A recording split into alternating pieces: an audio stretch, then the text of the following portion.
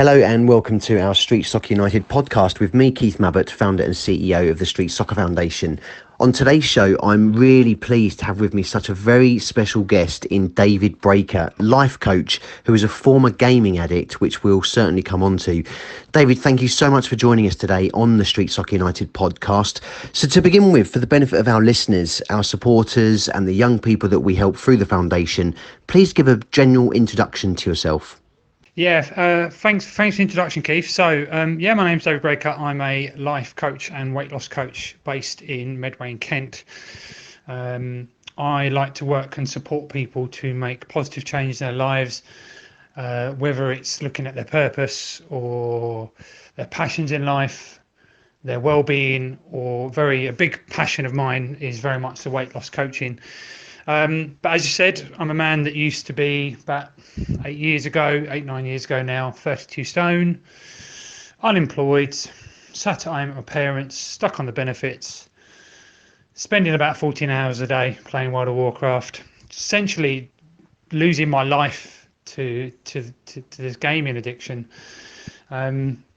So because of that, because I've had so much support and help to rebuild my life, I now make it my mission to help other people, because this is hard. Life can sometimes be very hard. I wish I could sit here and say that life is golden, that no one has any problems, it all goes perfect, but we all know it doesn't. And in these difficult times, that's when the support of our friends, colleagues, and loved ones and people around us like yourself, what you're doing for the people you support, actually really, really matters.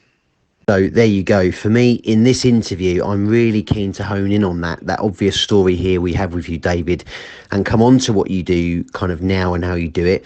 So it began, as you mentioned there, with a gaming addiction. And I think it's a fair statement to make that many people might not necessarily count this as an actual addiction, gaming, like we know, perhaps, drugs or alcohol. And I think at one stage, David, like you said, you were 32 stone, spending 14 hours a day playing Warcraft. Would you mind sharing with us just how it got to that point? When did you start playing and when did you realise you were addicted? And how long down the road were you in terms of weight gain, for example? Yeah, absolutely. And do you know what? I understand that a lot of people don't see gaming addiction as a proper addiction, but it's been finally recognised by the World Health Organization as a mental health condition.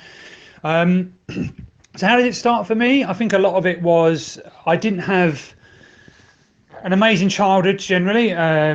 So there was a lot of bullying, occasions of being attacked on the way home from school by local bullies, being beaten unconscious with metal pipes and bricks.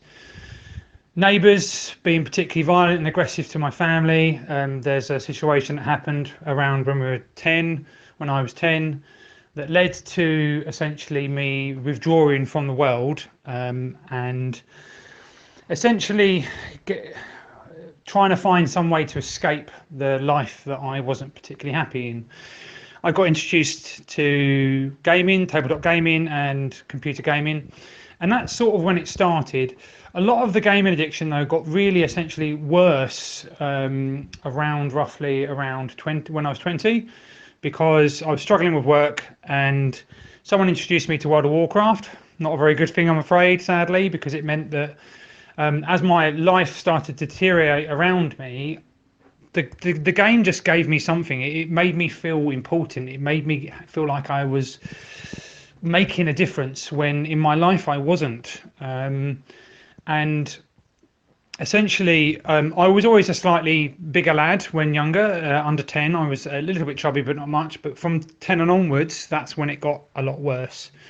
And it just gets worse and worse. It goes down, to be honest. But yeah, really pretty big changes. Yeah, big effect on there. Goodness me, David. So it was essentially a case of withdrawing and a bit of escapism, I guess. So it's a tough thing to hear about, and all credit to you for what you've obviously done in terms of turning it around. And I mean, on that, what was the trigger for you, David? What made you suddenly decide you was going to stop gaming? What was the process? Did you just suddenly stop altogether, or did you lessen the hours you were playing, and how did you do it? So the big trigger for me, and I will say this now, is I still game now. I'm like any addict. Sorry, I still play my games every now and then, but nowhere near like I used to. And this comes down to a common misunderstanding. I hear people commonly say around addictions that, oh, once you get over an addiction, you get over it. But actually, if you're an addict, you're an addict for life. Alcoholics, smokers, gaming addicts, drugs, whatever it is, you'll never fully 100% get over it because you can't. It's part of who you are. But you just learn ways to manage it, essentially. How did I get over it? A large thing for me was a conversation with my GP about 8 years ago when I was 29 now, where he basically said, Dave, I'm looking at you. You're putting on a stone, nearly 2 stone a year. You're 29. I give you maybe 5 years and you're going to be dead of a heart attack. It was really, really harsh. And do you know what? It shocked me to think that the big thing for me that it led to is I had nightmares for weeks. Essentially, I kept having this nightmare that my gravestone would say, Dave was here, he played games. And I genuinely was sitting there with the fact that I was going to be a man in his mid-30s, dying, having achieved nothing in his life. And that really was the proverbial kick up the bum that I needed. It really made me think that I needed to do something. And again, I didn't do it all overnight. It was a small step. But with gaming, as I said, I still game now.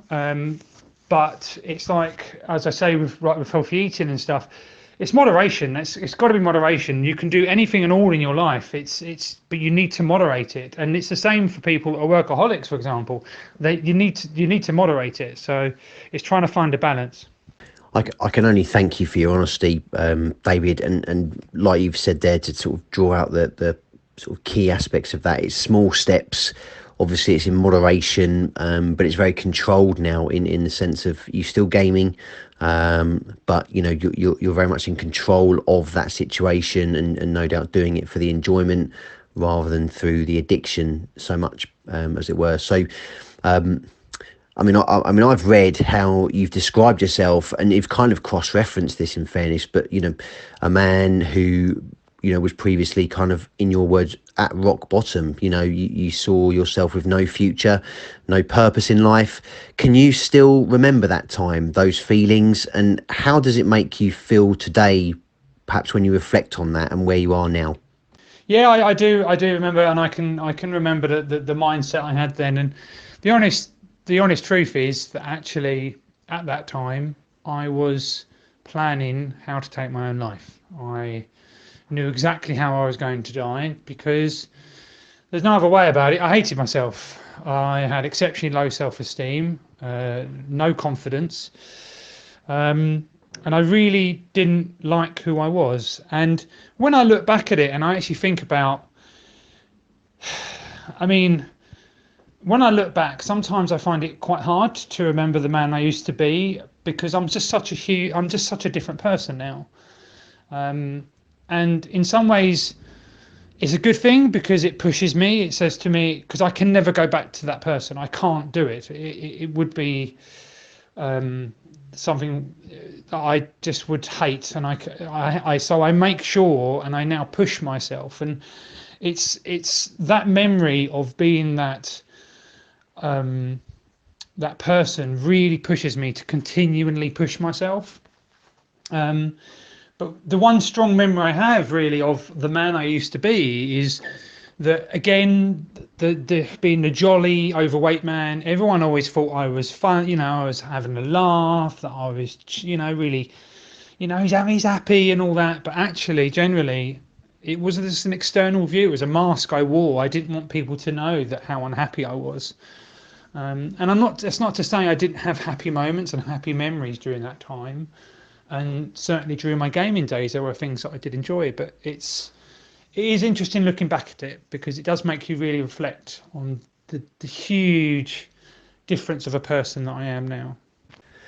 I mean, David, my fundamental takeaway from your answer there is that you're such a different person today. You know, which is brilliant. The self-reflection, I think, you know, I guess it gives you great drive and purpose. And I would hope, to a degree, pride and satisfaction on how far you've come. And fast forwarding to today, the fact that, you've now shed, 18 odd stone, and you're now a fully qualified life coach, having formed Breakthrough Life Coaching, to now want and be able to help other people. What an incredibly inspiring mission and turnaround.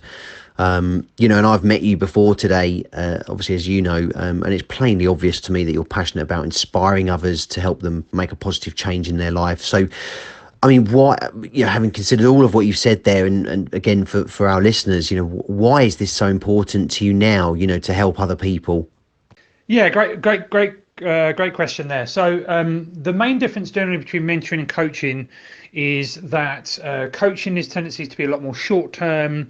It's very performance driven. So it's all about the goal. It's all about breaking down a set goal to achieve that one or group of things.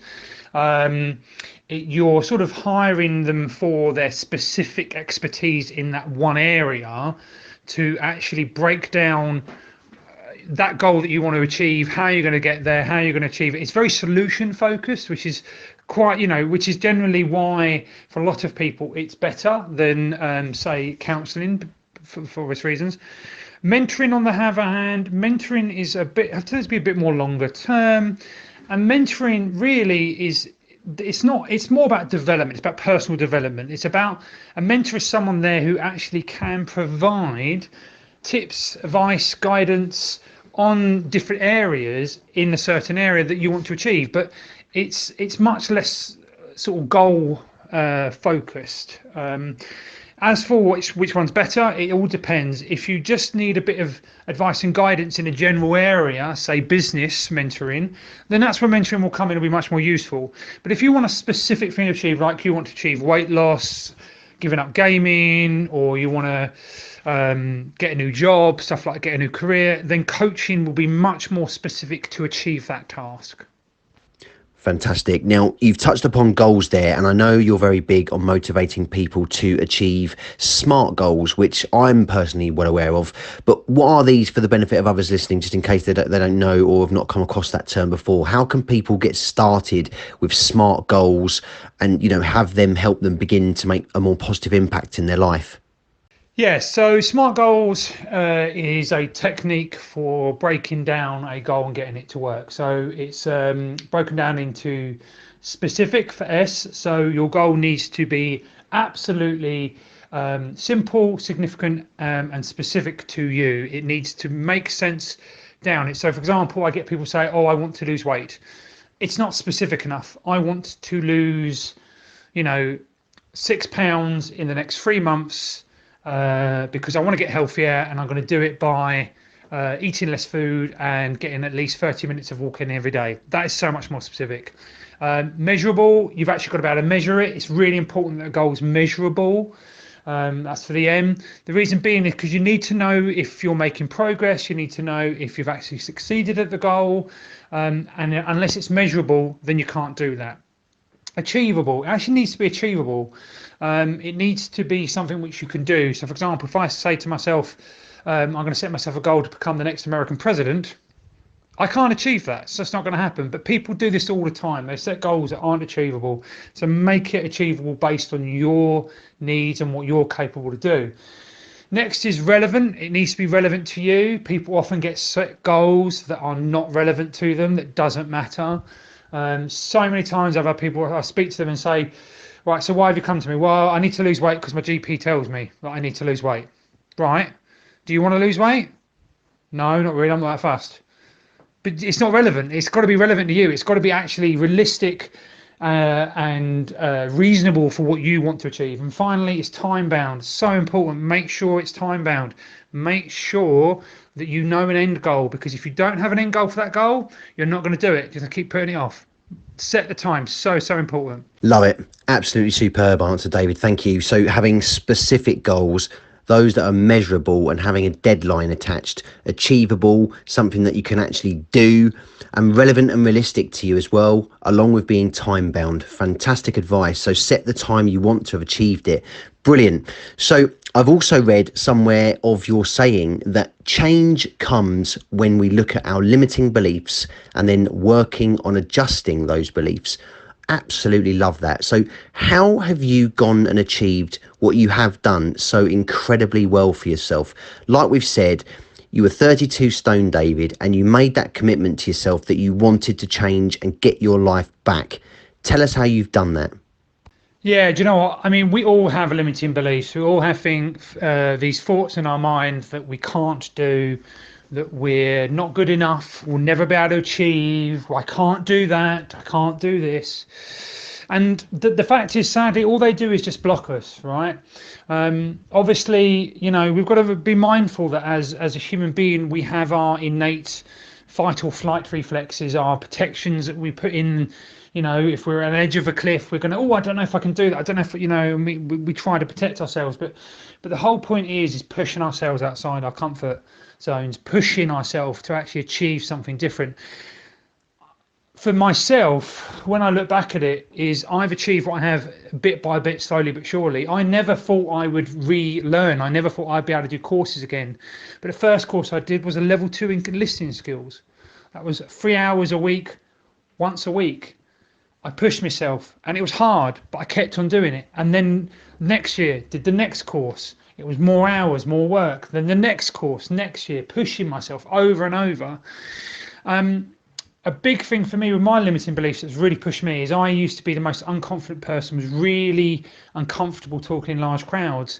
And I remember when I first stood up and talked in front of 50 people that I was really nervous about it and my stomach was grinding away. But I just said to myself, look, do it. Just do it. Just don't overthink it. Just do it. And then I remember now, that was a couple of years ago. Now I've been on national and local TV. I've been on radio. And I do this stuff because I believe in myself. I've pushed myself past this limiting belief that I cannot do. I know I can do, so I do it. And that's what I'd say to everyone. Oh, David, what an answer. The can't do blockers, as you referenced there. So, I mean, look, talking like you've just said there, get out of the comfort zone slowly but surely and being patient in the process, pushing yourself and just have that attitude of, yes, I can. Just do it. Believe in yourself. It's absolutely fantastic advice. Really solid. Thank you so much for sharing that. Now, finally, to wrap today's Street Soccer United podcast, and David, this has been incredible. I'm really urging everyone to share this far and wide. That the advice that you've given in this interview, really is thought provoking. It's inspiring. It's all inspiring. It really is, and you're an absolute credit to both yourself and our community and everyone that you hopefully are able to touch the lives of in the nature of the work that you do. So thank you. But the final question we always ask: what's the best advice you've ever been given, and by who? I'd say the best advice I was ever given was by my old life coaching and counselling tutor, Karen Dean, and essentially what she always said to us was that the simple fact is, right, that we die. We don't live forever. She made this very clear with us, and it may seem like a bit of a morbid discussion or thing to talk about, but the fact is we don't live forever.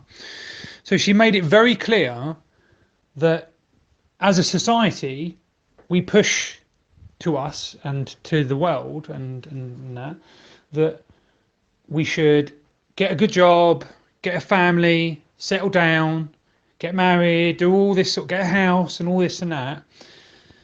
But actually, that stuff doesn't really matter in the long run. What really, truly matters is your happiness every single day.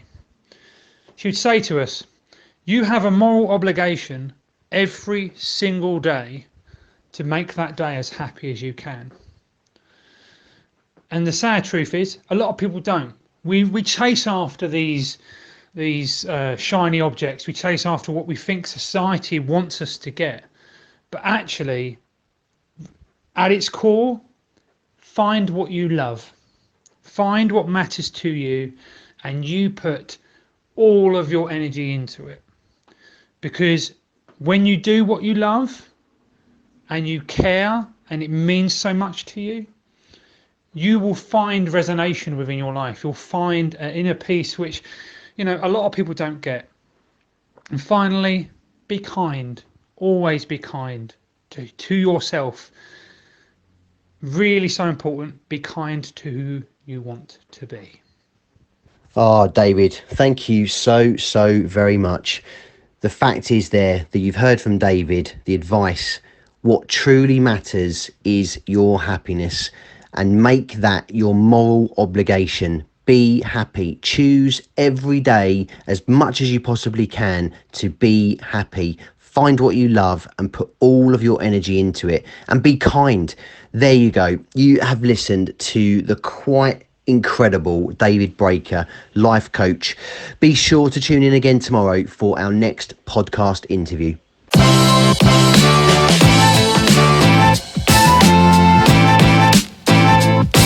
Right.